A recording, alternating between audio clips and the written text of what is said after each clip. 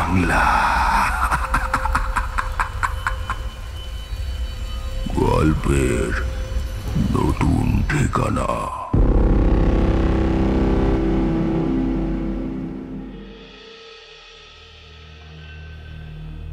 আপনারা শুনছেন স্টোরি বাংলা। আর আজকে স্টোরি বাংলার বিশেষ নিবেদন সজীব মাহমুদ নীলের কলমে তারানাথ ও ২০ মন্ত্র। গল্প পাঠে অমিত। তারানাথ তান্ত্রিকের ভূমিকায় ইন্দ্রজিৎ। গল্পের সূত্রধার আমি শিউলি। শুরু হচ্ছে সজীব মাহমুদ নীলের কলমে তারানাথ ও ২০ মন্ত্র।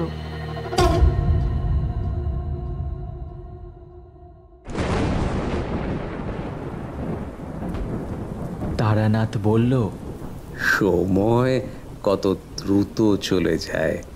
এই দেখো না, আমার এখনো মনে হয় এই তো সেদিন আমি বীরভূমের শ্মশানে মাতু পাগলির সামনে বসেছিলাম। সে আমাকে সম্মোহিত করে কত ভয়ঙ্কর দৃশ্যের মুখোমুখি করেছে।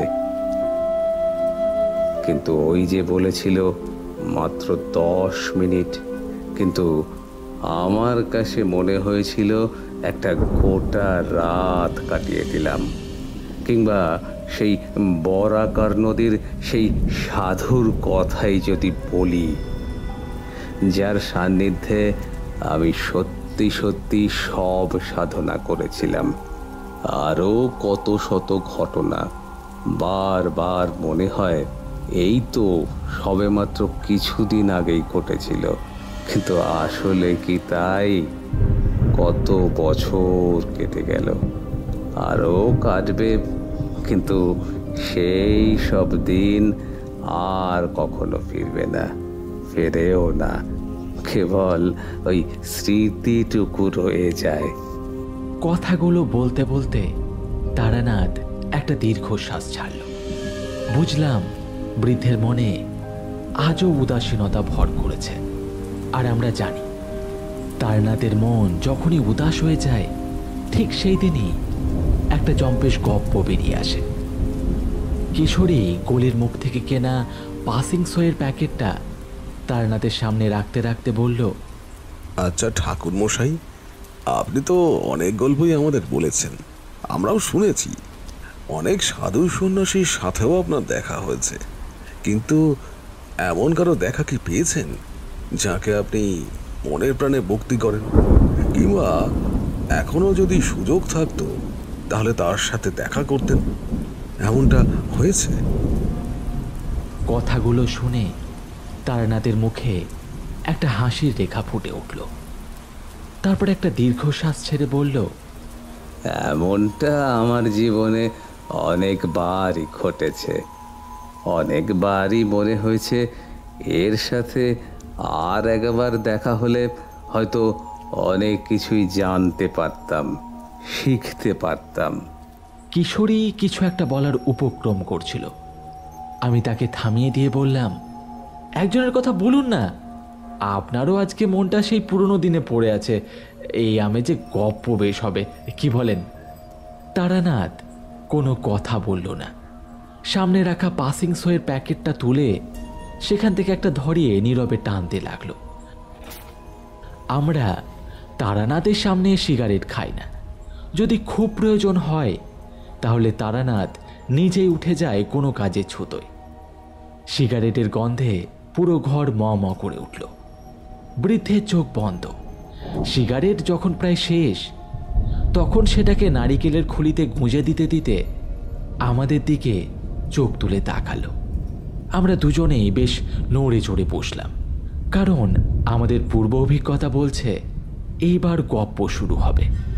তারানাথ বলল, দেখো, জীবনের অনেকটা সময় আমি পথে পথে ঘুরে বেরিয়েছি। এই সুবাদে নতুন নতুন মানুষের সাথে আলাপ ও পরিচয়ও হয়েছে বিস্তর। তারা সবাই আমার জীবনের এক একটা করে অংশ বলতে পারো। আলাদা করে কাউকেই উচ্চাসনে বসাতে পারবো না, তবে হ্যাঁ, একটা ঘটনা তোমাদের বলতে পারি, যা তোমাদের আগে কখনো বলা হয়নি। এইটুকু বলে তারানাথ একটু দম নিল। বুঝতে পারলাম সে ঘটনাগুলোকে মনের মধ্যেই পরপর সাজিয়ে নিচ্ছে। আমি আর কিশোরী গুম হয়ে বসে রইলাম। তারানাথ বলতে শুরু করলো। চৈত্র মাসের দুপুর, বাড়ি থেকে বেরিয়ে পথে পথে ঘুরছি। দিন নেই, রাত নেই, কোনো উদ্দেশ্যও নেই। মাঠের পর মাঠ হাঁটি। ক্লান্ত হয়ে গেলে মাঠের মাঝখানেই কোনো বড় গাছ দেখলে সেখানে কিছুক্ষণ বসে আবারও পথ চলা শুরু করি। তেমনি সকাল থেকে পথ চলে বেশ ক্লান্ত হয়ে পড়লাম। মাঠের ঠিক মাঝখানে একটা বিশাল বট গাছ মাথা উঁচু করে বেশ খানিকটা জায়গা নিয়ে দাঁড়িয়ে আছে। একে তো খা মাঠ, তার উপর রোদের তেজ। দূরে একটা গ্রামের নিশানা দেখতে পেলাম ঠিকই, কিন্তু এই কাঠ ফাটা রোদে পথ চলা যায় না। তাই ঠিক করলাম এখানেই কিছুক্ষণ বসে বিকাল নাগাদ আবারও পথ চলা শুরু করব। তাহলেই সন্ধ্যা নামতে নামতে ওই গ্রামে পৌঁছে যাওয়া যাবে। কাঁধের ঝোলাটা গাছের একটা মোটা শেকড়ের উপর রেখে বসে পড়লাম। ঝোলায় তখনও বেশ কিছুটা শুকনো চিড়ে আর গুড় ছিল, কিন্তু জল ছাড়া তো চলে না। আশেপাশে কোথাও পুকুর বা ওরকম কিছু একটা আছে কিনা দেখার জন্য উঠতেই হঠাৎ লক্ষ্য করলাম আমি যেখানে বসেছিলাম তার ঠিক উল্টো দিকে একজন লোক বসে আছে। কাউকে দেখলেই নির্ভুল না হোক, অন্তত একটা আনুমানিক বয়স আন্দাজ করা যায়, কিন্তু এই লোকটির বয়স ঠিক কত হতে পারে তা বুঝতে পারলাম না। 30ও হতে পারে, আবার 50ও হতে পারে, কিছুই ঠিক নেই। সাধারণ গড়ন, মুখে একটা গোঁপদাড়ির চিহ্ন পর্যন্ত নেই, চুলও বেশ ছোট করে ছাটা, পরনে সাধারণ গ্রাম্য পোশাক। সে বোধহয় একটু ঝিমিয়েই পড়েছিল, কিন্তু আমার পায়ের শব্দে চোখ খুলে তাকালো, আর তারপর আমার দিকে কয়েক সেকেন্ড ভ্রু কুঁচকে তাকিয়ে থাকলো। আমি স্পষ্ট বুঝতে পারলাম সে আমাকে কিছু একটা বলতে যাচ্ছিল, কিন্তু বলল না, তাকিয়েই রইল। এইবার আমি বললাম, আপনাকে দেখে পথিক বলেই মনে হচ্ছে, একটু জল পাওয়া যাবে? তোমরা হয়তো ভাবছো আমি সরাসরি জলের কথা কেন বললাম। তার একটা কারণ আছে। আমি দেখলাম লোকটার পাশে একটা ঝোলা মতন ব্যাগ, আর তার পাশেই একটা ভেজা জলের ঘটি। যদিও তাতে জল নেই, কিন্তু ঘটির গায়ে তখনও জল চুইয়ে চুইয়ে পড়ছে। ওই যে দেখছো ছোট ছোট কয়েকটা গাছ, তার পাশেই একটা ছোট্ট পুকুর আছে, সুন্দর জল। তোমার কাছে জল রাখার পাত্র আছে? লোকটির কথা বলার ধরন এতটাই গোছালো যে আমি মুগ্ধ হয়ে তাকিয়ে রইলাম। সে আবার বলল, ঘটি আছে?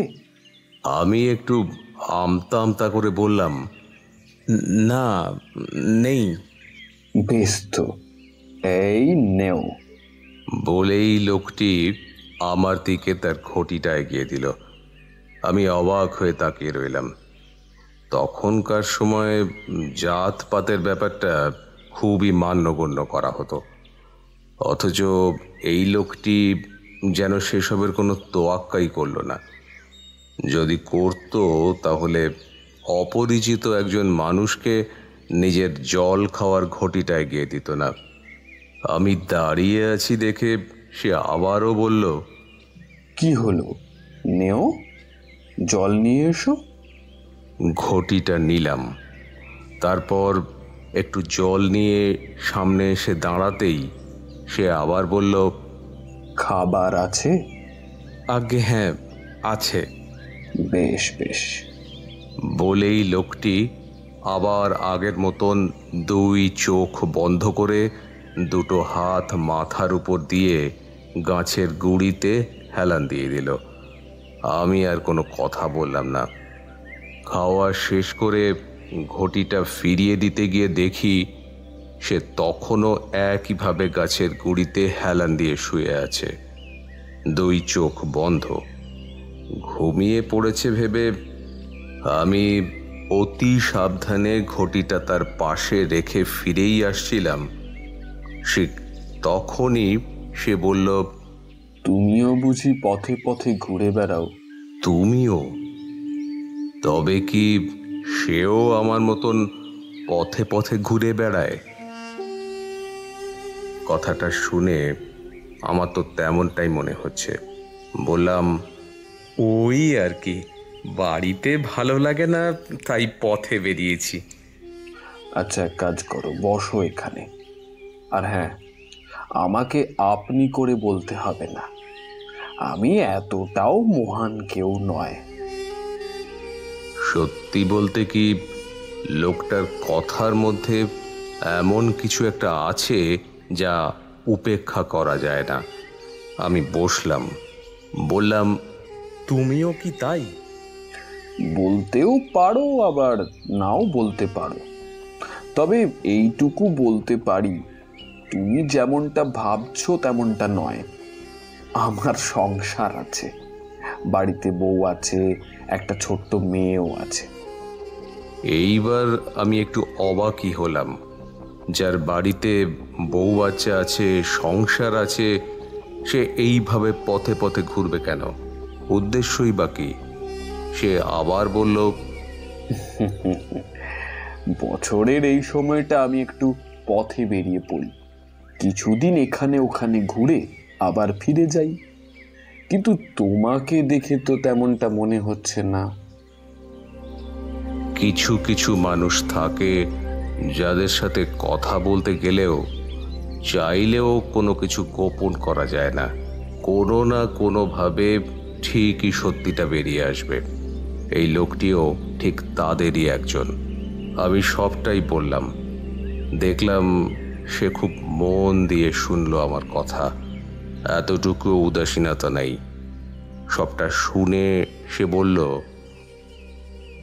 বেশ বেশ বেশ, দেখো কি হয়। তবে শোনো, আপন মানুষদের মনে কখনো দুঃখ দিও না। মাঝে মাঝে ঘরে ফিরে যেও। ঘরে ফিরলেই যে তোমার কার্যসিদ্ধি হবে না তেমনটা কিন্তু নয়। তবে হ্যাঁ, কিছুটা বিধিনিষেধ থাকে, মানতে হয়। যদিও কথাগুলো শুনে আমার খুবই ভালো লাগলো। সত্যি লোকটার কথা যত শুনছি ততই যেন তার প্রতি শ্রদ্ধা বেড়ে যাচ্ছে। কিন্তু এই শেষের কথাটা শুনে আমার মনটা যেন কেমন করে উঠল। বললাম, যদিও কি? এখন বলবো না। আর তাছাড়াও সব কথা বলতে নেই, এতে মন খারাপ হয়। তবে আমরা যখন নিজ নিজ পথে চলে যাব তখন নিশ্চয়ই বলবো। আমি আবার কারো মন খারাপ দেখতে পারি না। কথায় কথায় জানতে পারলাম তার নাম কৃষ্ণচরণ। বাড়িতে বউ বাচ্চা নিয়েই ছোট সংসার। সারাটা বছর এরও দিন আনি দিন খেয়েই কাটে। আগে একটা সময় সাধুসঙ্গ করলেও এখন আর সেটা সম্ভব হয় না। কিন্তু যে একবার এই পথে পা দেয় তাকে পথই ডাকে, আর সেই ডাকে সাড়া দিতেই বছরে কেবল এই সময়টাই সে কয়েকটা দিনের জন্য বেরিয়ে পড়ে, তারপর আবার ফিরেও যায়। বললাম, এতে তোমার মনে তৃপ্তি হয়? কৃষ্ণচরণ একটু হাসল, তারপর বলল, হবে না কেন? হ্যাঁ, আর তাছাড়াও এই পথে আমার পাওয়ার কিছুই নেই। এই শেষের কথাটা আমি ঠিক বুঝতে পারলাম না। একটু অবাক হয়েই জিজ্ঞাসা করলাম, পাওয়ার কিছু নেই বলতে? ও কিছু না। কোথায় যাবে কিছু ঠিক করেছো? বুঝলাম সে ওই বিষয়ে কিছু বলতে চায় না। আমিও আর আগ বাড়িয়ে কোনো প্রশ্ন করলাম না। বললাম, না তেমন কিছুই নয়, তবে আজ রাতে ওই গ্রামে রাত কাটানোর ইচ্ছে আছে, যদি সেখানে আশ্রয় মিলে যায়। বেশ তো, আমিও তো সেখানেই যাব, একসাথেই যাওয়া যাবে। তুমি আমার সাথে যাবে? আরও বেশ কিছুক্ষণ নানা কথা বলে মাথার উপর সূর্যের তেজ খানিকটা কমলে আমরা দুজন উঠে পড়লাম। দুজন পাশাপাশি হাঁটছি। হঠাৎ সে বলল, শোনো, পথে যদি কোনো সাপ দেখতে পাও তাহলে আমাকে বলবে, কেমন? আমি একটু অবাকই হলাম। সাপ? এই সময় এমন ফাঁকা মাঠে সাপ বের হয় এমনটা তো কখনো শুনিনি। আর তাছাড়া যদিও ভাগ্যক্রমে দেখা হয়ে যায়, তাতে ওনার কি কাজ? বললাম, কেন বলো তো? সে একটু হেসে শান্ত কণ্ঠে জবাব দিল,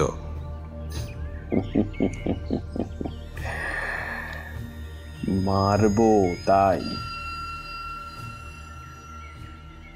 কথাটা শুনে আমি অবাক হয়ে তাকিয়ে রইলাম কৃষ্ণচরণের মুখের দিকে। এ আবার কেমন কথা? আমি এমন অবাক আর বিস্ময় দৃষ্টি নিয়ে ওর দিকে তাকিয়ে আছি দেখে সে একটু হেসে বলল, কি হলো, অবাক হলে নাকি? আমি কোনো কথা বললাম না। সত্যি বলতে কি, তার প্রতি একটু আগেও আমার যেটুকু ভক্তি আর শ্রদ্ধা এসেছিল, মনে মনে সেটার ভিত এবার খানিকটা নড়ে গেল। কিন্তু কিছুই বললাম না। দেখলাম কৃষ্ণচরণ হাঁটছে কম আর আশেপাশে তাকাচ্ছে বেশি, কিন্তু খুঁজছে কি? হ্যাঁ, তেমনটাই তো মনে হচ্ছে। তবে কি সাপ, যা সে একটু আগেও বলল?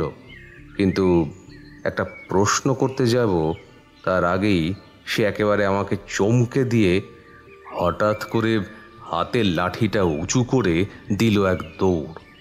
প্রথম দিকটায় বুঝতে না পারলেও লাঠিটা যখন সে পর পর কয়েকবার মাটিতে আঘাত করল এবং তার ফলে যে জন্তুটা কয়েকবার মাথা উঁচু করে ছটফট করল, সেটা একটা বিশাল বড় কালো সাপ। এমন সাপ আমি আগে কখনো দেখিনি, নামও জানি না। কিন্তু কৃষ্ণচরণ যখন লাঠির মাথায় করে সাপটাকে মাটি থেকে তুলল, তখন আমার শরীরের রক্ত হিম হয়ে এলো। কালো মিশমিশে ডোরা কাটা জন্তুটাকে দেখলে যে কারো মনেই শুধু ভয় নয়, তৈরি হবে আতঙ্ক। সে বলল, এতেই কাজ হবে। এটার নাম কি জানো? আমি তখনও লাঠি ডাগায় ঝুলতে থাকা জন্তুটার দিকে তাকিয়ে আছি এক দৃষ্টিতে। কৃষ্ণচরণ আবার বলল, নাম আমিও জানি না, তবে এই সময় মাঠে বের হয়, খুবই ভয়ঙ্কর এবং বিষধর। এর দাঁত থেকে এক ফোঁটা বিষ যদি তোমার শরীরে যায় তাহলে আর রক্ষা নেই। চলো চলো চলো চলো। বলেই সাপটাকে লাঠির আগায় ঝুলিয়ে হাঁটতে শুরু করলো। লোকটার এমন কর্মকাণ্ডে কিছুক্ষণ হতভম্ব হয়ে দাঁড়িয়ে রইলাম। তারপর আবার হাঁটতে শুরু করলাম। বেশ কিছুক্ষণ হাঁটার পর যখন আমরা গ্রামে পৌঁছে গেলাম, তখন সে বলল, তুমি এখানেই একটু দাঁড়াও, আমি এই যাবো আর আসবো। বলেই সে দিব্যি হাঁটা শুরু করলো। গ্রামটা খুব বেশি বড় নয়, ঘরবাড়িও বেশ পাতলা। একটা থেকে আর একটা বাড়ির দূরত্ব বেশ খানিকটা। আমি তাকিয়ে রইলাম তার দিকে। দেখলাম সে একটা বাড়ির দরজায় গিয়ে দাঁড়ালো। তারপর একবার এদিক ওদিক তাকিয়ে সোজা ঢুকে গেল ভেতরে। বুঝলাম চেনা লোক, কারণ অচেনা বাড়িতে তো কেউ এভাবে বিনা অনুমতিতে ঢুকতে পারে না। বেশ কিছুক্ষণ পর কৃষ্ণচরণ যখন বাড়িটা থেকে বেরিয়ে এলো, তখন দেখলাম তার সাথে আরও একজন মাঝবয়সী লোক। বাড়িটা থেকে বেরিয়েই দুজন নিজেদের মধ্যে কিছুক্ষণ কথা বলল। তারপর কৃষ্ণচরণ আমার দিকে তাকিয়ে হাতের ইশারা করে ডাকলো। ইশারা পেয়ে আমি সেদিকে এগিয়ে গেলাম। এইবার বাড়ির কর্তাগোছের লোকটি আমার দিকে তাকিয়ে বলল, ইনি আপনার সঙ্গী? উত্তরে কৃষ্ণচরণ বলল, হ্যাঁ, আজ রাতটা আমরা এখানেই থাকবো। আপনার কোনো অসুবিধে হবে না তো? না না, অসুবিধে আবার কিসের? কথাগুলো বলে খানিকটা ইতস্তত করে সে আবারও বলল, খিদে দি রান্না? না না না, তার দরকার হবে না। আপনাদের থেকে কিছু দিলেই আমাদের হয়ে যাবে। এইবার বাড়ির কর্তা একটু অবাকই হলো। কিছুক্ষণ তাকিয়ে থাকলো আমাদের দিকে। তারপর বলল, চলুন, আপনাদের থাকার... কথাটা শেষ করতে না দিয়েই কৃষ্ণচরণ বলল, গত মাসে তো আপনার মেয়েটা মারা গিয়েছে, তাই না? জলে ডুবে। যদি তার ঘরে আজকে রাতটা থাকতে চাই, আপনার কোনো আপত্তি আছে? এইবার আমি অবাক হয়ে তাকিয়ে রইলাম। একটা মেয়ে মারা গিয়েছে 1 মাস হলো। তার ঘর নিশ্চয়ই বাড়ির অন্দরেই, কিন্তু তাই যদি হবে তাহলে তার কথা না হয় বাদই দিলাম। সে চেনা লোক, কিন্তু আমি তো একজন অচেনা লোক। বাড়ির অন্দরে প্রবেশ করি কিভাবে? আমি হতভম্বের মতন দাঁড়িয়ে রইলাম। দেখলাম বাড়ির কর্তার মুখটা নিমেষেই কালো হয়ে উঠল। কিছুক্ষণ মাথা নিচু করে দাঁড়িয়ে রইল। তারপর বলল, কিন্তু... সে ঠিক কি বলতে চাইল তা শোনা হলো না। তার আগেই কৃষ্ণচরণ বলল, পরে আপনাকে সব বলবো। অনুমতি মিলবে কি? ভেবেছিলাম লোকটি হয়তো রাজি হবে না, না হওয়াই স্বাভাবিক। এখন হয়তো বিষয়টা তেমন কিছু নয়, কিন্তু তখনকার সময়ে একজন অচেনা মানুষ সরাসরি বাড়ির অন্দরে রাত কাটাতে চাওয়া তো দূরের কথা, কল্পনাও করা যেত না। কিন্তু আমাকে অবাক করে দিয়ে লোকটি বলল, বেশ, মাধুরীর ঘরটা তো এখন ফাঁকায় পড়ে থাকে।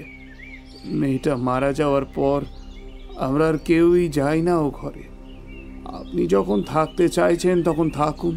কথাগুলো বলতে বলতে লোকটির কণ্ঠ খানিকটা ধরে এলো। আশাই তো স্বাভাবিক। বাবা তো, যেখানে মেয়ের বিয়ের পর অন্যের বাড়িতে চলে গেলেও ওর বুকটা ফাঁকা হয়ে যায়, অথচ চাইলেই মেয়েকে চোখের দেখা দেখতে পারে। কিন্তু এখানে তো সেটা সম্ভব নয়। এইবার লোকটি আমাদের বাড়ির ভেতরে নিয়ে গেল। ছোটোখাটো গৃহস্থ বাড়ি। তখনকার দিনে যে যে গুণ থাকলে একটা গৃহস্থ বাড়ি ফুটে উঠত, তার সব লক্ষণই আছে। আঙিনার ঠিক মাঝখানে একটা তুলসী মণ্ডপ, ইঁট দিয়ে বাঁধানো। তার সামনের দিকটায় লাল সিঁদুর আঁকা। বাড়ির উঠোনে গৃহদেবতার মূর্তি, আর তাতেই যে রোজ সকাল সন্ধ্যায় পুজো হয় তা একবার দেখলেই বোঝা যায়। সে আমাদের বারান্দা দিয়ে নিয়ে হেঁটে গিয়ে একটা বন্ধ ঘরের দরজার সামনে দাঁড়ালো। বাইরে থেকে দরজাটার শিকল তোলা। বুঝলাম এটাই সেই মাধুরী নামে মেয়েটির ঘর ছিল। ঘরের শেকল খুলে সে আমাদের ঘরের ভেতরে নিয়ে গেল। আর ভেতরে ঢুকতেই একটা সুন্দর গন্ধ এসে নাকে লাগলো। যেন সন্ধ্যার সময় ঘরে ধূপ দেওয়া হয়েছে, কিন্তু ধূপের গন্ধ তো এমন নয়। গন্ধটা কেমন যেন লাগলো, ঠিক চেনা নয়। অনেক চেষ্টা করেও গন্ধটা আগে কখনো নাকে এসেছিল কিনা মনে করতে পারলাম না। দেখলাম বাড়ির কর্তার চোখে মুখেও একটা অবাক বিস্ময় ফুটে উঠেছে, কিন্তু কৃষ্ণচরণের গতিবিধির কোনো পরিবর্তন দেখলাম না। সে দিব্যি ঘরে পাতা তক্তপোষের উপর গিয়ে বসলো, তারপর গা এলিয়ে দিল। এরই মধ্যে বাড়ির কর্তা এতক্ষণ বাইরে জ্বলতে থাকা প্রদীপটা টেবিলের উপর এনে রাখলো, আর তাতেই পুরোটা ঘর আলোকিত হয়ে গেল। একটা কথা কি জানো, মানুষ চলে যায়, চলে যাবে, এটাই নিয়ম। জগতে কেউই চিরদিন থাকে না, শুধু থেকে যায় সেই মানুষটার হাজারো স্মৃতি। ঘরটা ঠিক আগে যেমন ছিল এখনো তেমনই আছে। এই কমাস আগেও যে ঘরে একজন থাকতো, সেটা ঘরের প্রতিটা জিনিস, প্রতিটা আসবাব দেখেই বোঝা যাচ্ছে। শুধু থাকতোই না, সে যে ঘরটাকে আপন করে নিয়ে সর্বক্ষণ আগলিয়ে রাখতো, গুছিয়ে রাখতো, সব কিন্তু আগের মতোই আছে। কেবল নেই সেই মানুষটা। মেয়েটা চলে যাওয়ার পর আমি আর এই ঘরে আসিনি। আজ আসলাম, কেনই বা আসবো? যে ঘরে আসলেই মেয়েটাকে দেখতে পেতাম, অথচ এখন ঘরটা কেমন ফাঁকা হয়ে পড়েছে। ভালো লাগে না ফাঁকা ঘর দেখতে। মেয়েটার মুখ ভেসে ওঠে চোখের সামনে, বুঝলেন? মনে হয় এই বুঝি দরজা খুলে দেখব মেয়েটা আমার শুয়ে আছে, ডাকলেই বুঝি দৌড়ে আসবে। কথাগুলো বলতে বলতে তার কণ্ঠ খানিকটা ভারী হয়ে এলো। আমি চুপ করে দাঁড়িয়ে রইলাম। দেখলাম কৃষ্ণচরণ দিব্যি তক্তপোষের উপর চোখ বন্ধ করে চিত হয়ে শুয়ে আছে। কথায় কথায় জানতে পারলাম বাড়ির কর্তাটির নাম অঞ্জন দাস। বাড়িতে লোক বলতে 4 জন, স্ত্রী এবং 2 সন্তান নিয়েই তার এই জগৎ সংসার। অঞ্জন দাস বলেই চলেছে মেয়ের কথা, বউয়ের কথা। মেয়ের মৃত্যুর পর বউটা এখন অনেকটা ভেঙে পড়েছে, সেই সব কথাই বলছে। আমি চুপ করে বসে শুনছি। এই কথা শুনতে শুনতেই হঠাৎ একটা অদ্ভুত বিষয় লক্ষ্য করলাম। না, ঠিক লক্ষ্য করলাম বলা চলে না, বলা উচিত অনুভব করলাম। আর সেটাই হলো, অঞ্জন দাস যখনই মেয়ের কথা বলছে, ঠিক তখনই হঠাৎ ঘরের বাতাস কেমন যেন ভারী হয়ে আসছে। মনে হচ্ছে ঘরের ভেতরেই কিছু একটা থমকে যাচ্ছে বারবার। প্রথম দিকটায় খুব বেশি আমল না দিলেও দেখতে দেখতে আমার এই অস্বস্তিটা ক্রমেই বাড়তে শুরু করলো। অঞ্জন দাস আরও কিছুক্ষণ নিজের কথা বলে জল খাবারের ব্যবস্থা করার জন্য উঠে পড়ল। সে ঘর থেকে বেরিয়ে যাওয়ার পর এইবার আমি কৃষ্ণচরণের দিকে তাকালাম। দেখলাম সে একইভাবে পা দুটো ঝুলিয়ে 2 হাত মাথার নিচে নিয়ে চিত হয়ে শুয়ে আছে, 2 চোখ বন্ধ।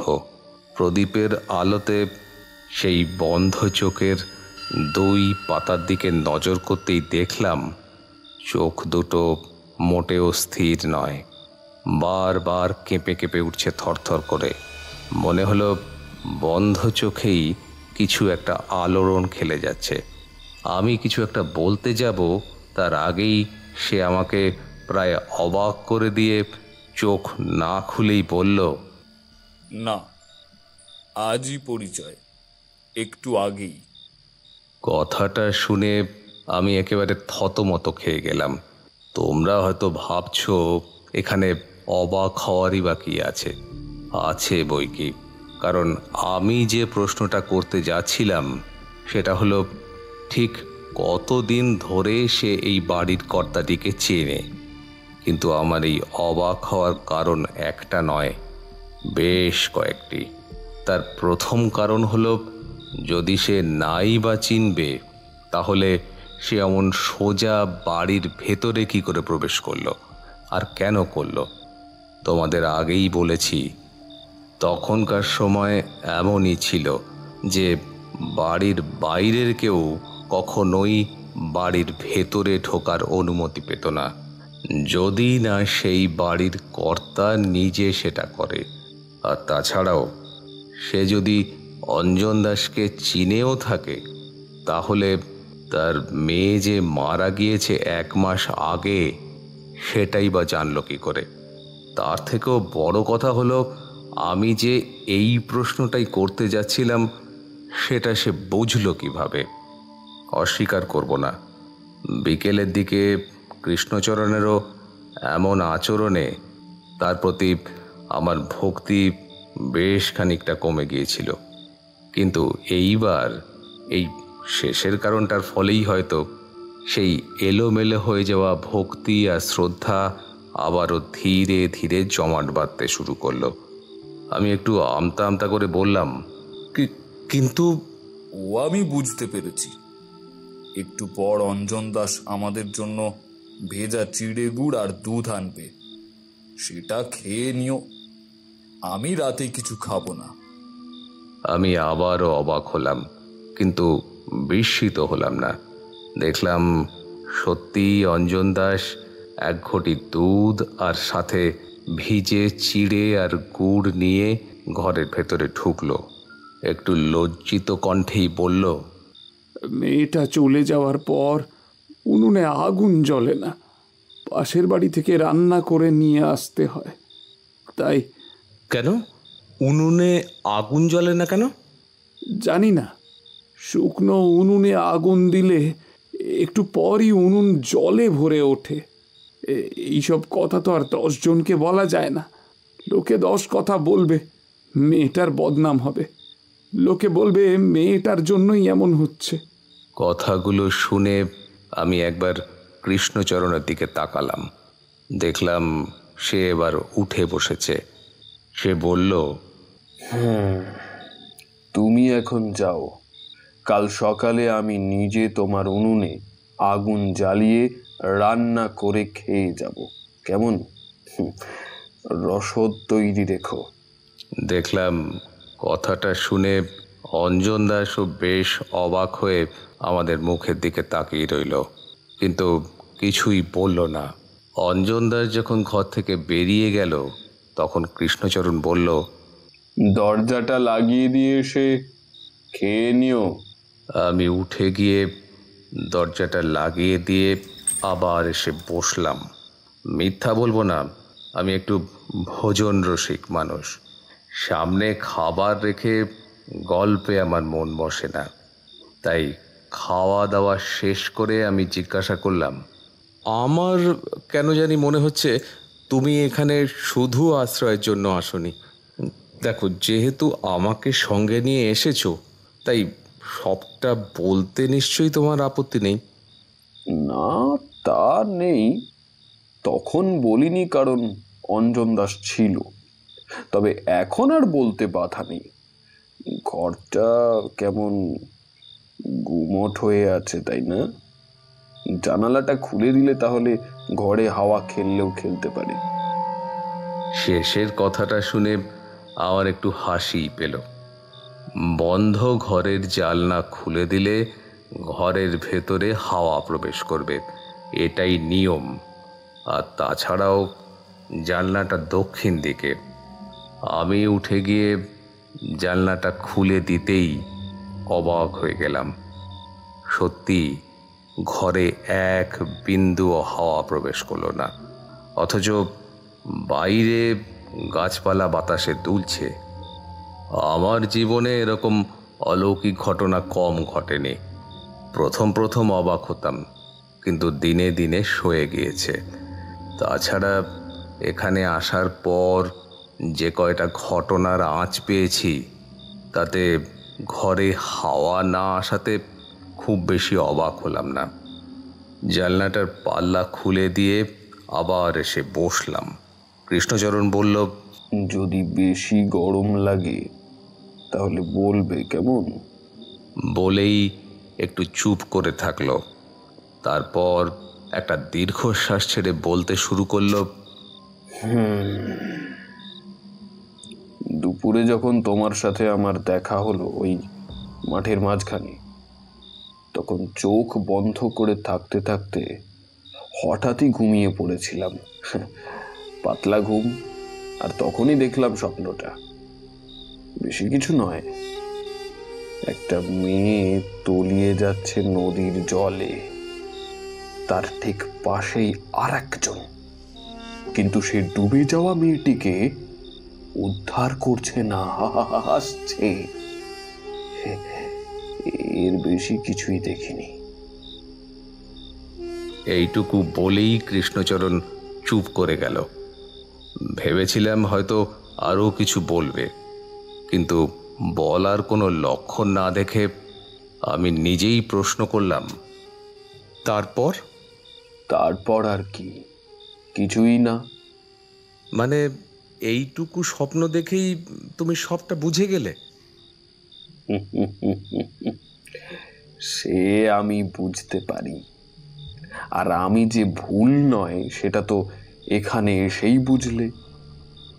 এইবার আমার মনে একটা প্রশ্ন উদয় হলো। এর আগেও যে এমন প্রশ্ন মনে আসেনি তা নয়, কিন্তু এবার কৌতূহল যেন মাথা চাড়া দিয়ে উঠল। বললাম, তুমি কে বলো তো? আমি কে সেটা তো তোমাকে বলেছি। এর বাইরে আমার দেবার মতো আর কোনো পরিচয় নেই বাবা। বুঝলাম সে নিজের সম্পর্কে আমাকে আর কিছুই বলতে চায় না, কিন্তু না বললেও আমি কিছুটা আন্দাজ করতে পেরেছি। অনেক দিন ধরেই এই পথের পথিক আমি।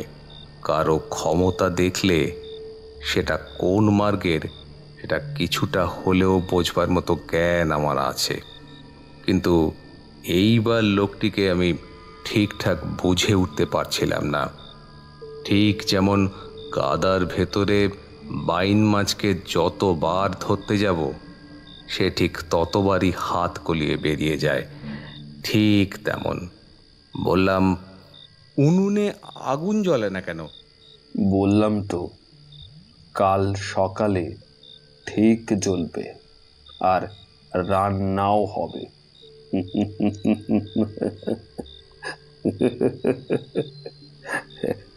কাল সকালেই দেখো।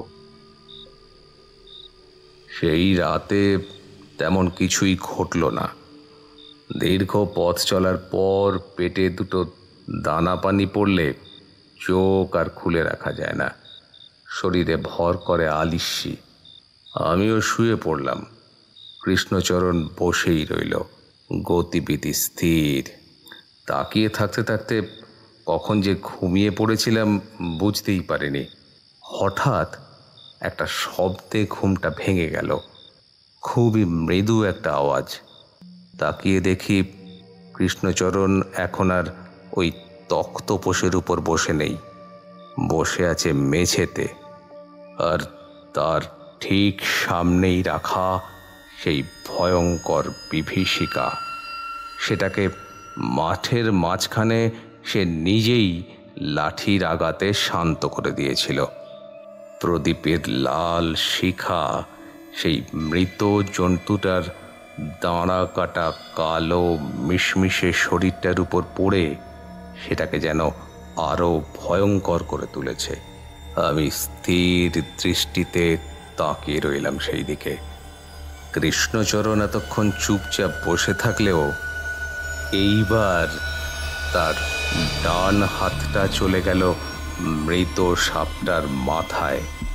পরম যত্নে মাথায় হাত বুলিয়ে দিতে লাগলো। দেখে মনে হলো মা তার ছোট্ট ঘুমন্ত শিশুটার মাথায় পরম যত্নে হাত বুলিয়ে দিচ্ছে। তার এমন কর্মকাণ্ডে আমি খানিকটা অবাক হয়ে গেলাম, কিন্তু তখনও বুঝিনি এটাই সবে শুরু। বেশ কিছুক্ষণ এভাবে চলার পর হঠাৎ আমার দুই চোখ বিস্ময় আর আতঙ্কে ঠিকরে বেরিয়ে আসার জোগাড় হলো। আমার জায়গায় যে কোনো মানুষ থাকলেও তারও যে এমনটাই হবে তার বলে দিতে হয় না। দেখলাম এতক্ষণ যে জন্তুটা স্থির হয়ে পড়েছিল, এইবার সেটা ধীরে ধীরে মাথা তুলে কৃষ্ণচরণের সামনে ভক্তিতে এপাশ ওপাশ দোলাচ্ছে। তারপর ধীরে ধীরে মাথাটা নুইয়ে অন্ধকারে মিলিয়ে গেল। কৃষ্ণচরণ বেশ কিছুক্ষণ বসে রইল, তারপর উঠে তক্তপোষের পাশে বসতে বসতে বলল,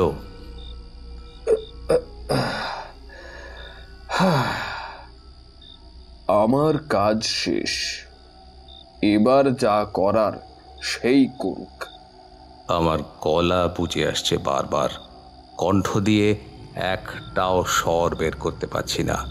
তবুও অনেক কষ্টে শরীরের সব বলটুকু গলার ঠিক মাঝখানটায় এনে ধরা কণ্ঠে বললাম, এটা তেমন কিছুই না। অতৃপ্ত আত্মা দেহ থেকে বেরিয়ে যাওয়ার পরও চারপাশে ঘুরে বেড়ায়, ততক্ষণ ঘুরে বেড়ায় যতক্ষণ না তার মুক্তি মিলেছে। মুক্তি পেলে আর কোনো চিন্তা থাকে না। মেয়েটার আত্মাও মুক্তি পাচ্ছিল না, তাই ভাবলাম মুক্ত করে দিই। এটা তেমন কিছুই না। কিন্তু আমি নিজের চোখেই দেখেছি সাপটা মৃত ছিল একটু আগেও। তাহলে এখন কি জীবিত? জীবিত নয়? না, মৃতকে জীবিত একমাত্র ঈশ্বরই করতে পারেন। মেয়েটির আত্মা এই ঘরেই ঘুরে বেড়াচ্ছিল, তাই তাকে একটা দেহের ব্যবস্থা করে দিলাম। এমনটা আমি পারি, তুমিও পারবে, সবাই পারবে। আজ আর কোনো কথা নয়, এই ঘুমিয়ে পড়ো, যাও ঘুমিয়ে পড়ো। আর অঞ্জন দাসটাকে কিছু বলবে না, কষ্ট পাবে। কেন কষ্ট পাবে? কেন? সে যদি শোনে তার স্ত্রী তার মেয়েকে হত্যা করেছে, তাহলে কষ্ট পাবে না? তুমি কষ্ট পেতে না? কিন্তু তিনি তো মা নন, মাধবীও অঞ্জন দাসের মেয়ে নন। মাধবী কে সেটা আমিও জানি না, ভাবতে হবে। পরের দিন সকালে কৃষ্ণচরণের কথা মতো অঞ্জন দাস রান্নার সব রসদ এনে দিল। গতকাল অঞ্জন দাসের দুই মেয়েকে দেখতে পাইনি, আজ দেখলাম। একজনের বয়স আন্দাজ বছর 6 আর আরেকজন একটু বড়। কৃষ্ণচরণ বড় মেয়েটিকে বলল, নেও মা নেও, তুমি রান্না করো। দেখলাম মেয়েটি কৃষ্ণচরণের কথা শুনে একবার বাবার দিকে তাকালো। বুঝলাম উনুন যে জ্বলবে না সেটা সে জানে। অঞ্জন দাস মেয়ের এমন চাহনি দেখে ইশারা করতেই মেয়েটি এগিয়ে গেল। প্রথম দুবার আগুন জ্বালাতে গিয়েও জ্বলল না। দেখলাম একটু আগেও যে উনুনটি শুকনো ছিল, এবার সেখানেই নিচ থেকে কুলকুল করে জল উঠে চোখের পলকেই ভরে উঠল। আর সেটা দেখেই কৃষ্ণচরণ বিরক্ত কণ্ঠে প্রায় চিৎকার করে বলে উঠল, আহ! এই সামান্য কথায় কে কি বুঝলো জানি না। দেখলাম উনুনের ভেতরের জল ধীরে ধীরে কমতে শুরু করলো। কৃষ্ণচরণ আবার বলল, এবার জ্বালাও তো মা, এবার জ্বালাও। এইবার আগুন জ্বলল। শুধু জ্বললই না, বেশ দিব্যি রান্নাও হলো। রান্না শেষে খেয়ে দিয়ে আমরা যখন চলে যাওয়ার উপক্রম করছি, তখনই দেখলাম অঞ্জন দাস কাঁচুমাচু হয়ে দাঁড়িয়ে আছে। বুঝলাম সে কিছু বলতে চায়, কিন্তু ঠিক কিভাবে বলবে সেটা সে বুঝতে পারছে না। দেখলাম তার এমন ভাবগতিক দেখে কৃষ্ণচরণ একটু হেসে বলল, আর কোনো প্রশ্ন করো না, কেমন? বলেই কৃষ্ণচরণ হাঁটতে শুরু করলো, কিন্তু আমি দাঁড়িয়ে রইলাম। জিজ্ঞাসা করলাম, মাধুরী তোমার নিজের মেয়ে নয়? অঞ্জন দাস যেন একেবারে চমকে উঠল। এই প্রশ্নের উত্তরে অবাক হয়ে বলল, আপনি কিভাবে জানলেন? তারপর সে যা বলল তা ঠিক এমন। প্রায় 14 বছর আগে মেয়েটিকে সে গঞ্জ থেকে ফেরবার পথে কুড়িয়ে পেয়েছিল। তখনও তার এই দুটো সন্তান জন্মায়নি, তাই ভেবেছিল এই সন্তানটাকেই সে মানুষ করবে।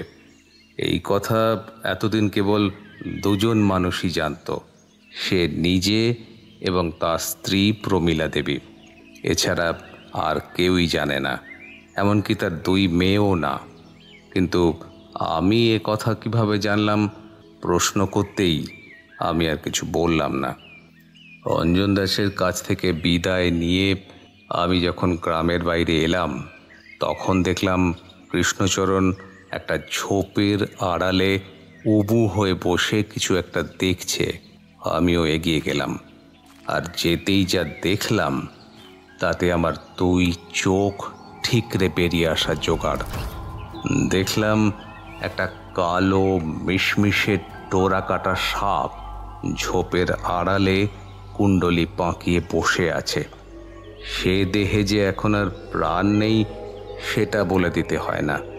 কৃষ্ণচরণ সেদিকে তাকিয়ে থাকলো বেশ কিছুক্ষণ, তারপর আমার দিকে তাকিয়ে বলল, আমার বাড়ি ফেরার সময় হয়েছে, তুমিও বাড়ি ফিরে যাও, এতে তোমারই ভালো হবে।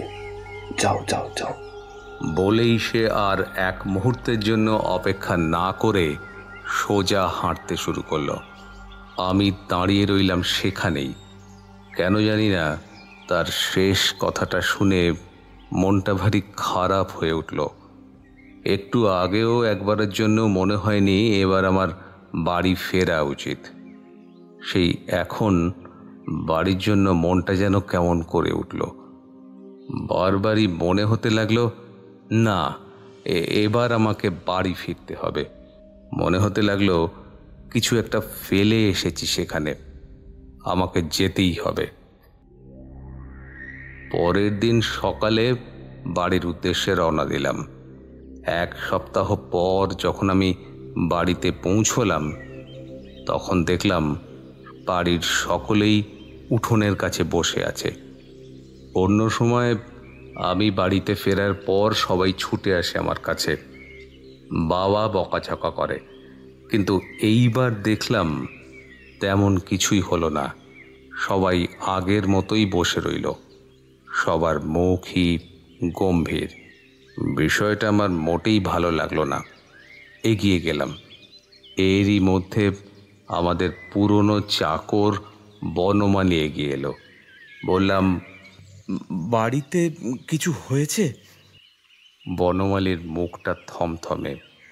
সে ধরা ধরা কণ্ঠে বলল, গিন্নিমার শরীর ভালো না, চলো দেখবে, চলো। তোমাকে খোঁজার জন্য লোক পাঠানো হয়েছিল, কেউই খোঁজ দিতে পারেনি। কথাটা শুনেই আমার পায়ের তলার মাটি সরে গেল। আমার মা অসুস্থ, আমার দরদি মা অসুস্থ। ছুটে গেলাম ঘরে। দেখলাম বাড়ির মহিলারা মাকে ঘিরে বসে আছে। আমি যেতেই সবাই সরে গেল। আমি মায়ের মাথার কাছটায় বসলাম। দেখো দেখো গিন্নিমা, কে এসেছে। দেখলাম কথাটা শুনে মায়ের বন্ধ চোখের 2 পাতা দুবার কেঁপে কেঁপে উঠল। তারপর ধীরে ধীরে খুলে গেল চোখের পাতা। বেশ কিছুক্ষণ আমার মুখের দিকে তাকিয়ে রইল। আর সেই খুলে যাওয়া চোখের কোণ বেয়ে গড়িয়ে পড়ল এক ফোঁটা জল। তারপর ধীরে ধীরে বন্ধ হয়ে গেল। আমি মায়ের একটা হাত জড়িয়ে ধরে বসে রইলাম বেশ কিছুক্ষণ। অনুভব করলাম মাও আমার হাত শক্ত করে চেপে ধরেছে। তারপর ধীরে ধীরে মৃদু কণ্ঠে বলল, তুই এসেছিস বাবা, জানতাম তুই আসবি। ঠাকুর তোকে আনার জন্যই আমাকে অসুস্থ করেছিল। তুই এসেছিস, আর কোনো ভয় নেই। এইটুকু বলে তারানাথ চুপ করল। তারানাথের দুই চোখ ছলছল করছে। আমি আর কিশোরী চুপ করে বসে রইলাম বেশ কিছুক্ষণ। তারপর কিশোরী বলল, ঠাকুর কৃষ্ণচরণের সাথে আর আপনার দেখা হয়নি? তারানাথ একটা দীর্ঘশ্বাস ছেড়ে বলল, না, ওই একবারই। কিন্তু আমি বেশ কয়েক বছর পরও একবার অঞ্জন দাসের বাড়িতে গিয়েছিলাম। বলতে পারো গল্পটার শেষ ভাগ জানার জন্যই গিয়েছিলাম। অঞ্জন দাস প্রথমে আমাকে চিনতে পারেনি।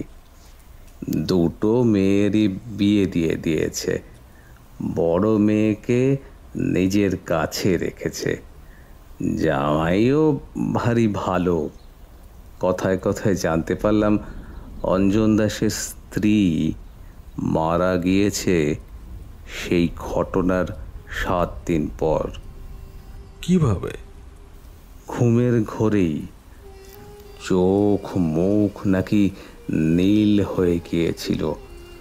সাপে কামড়ানোর লক্ষণ হলেও শরীরে কিন্তু তার কোনো চিহ্ন ছিল না।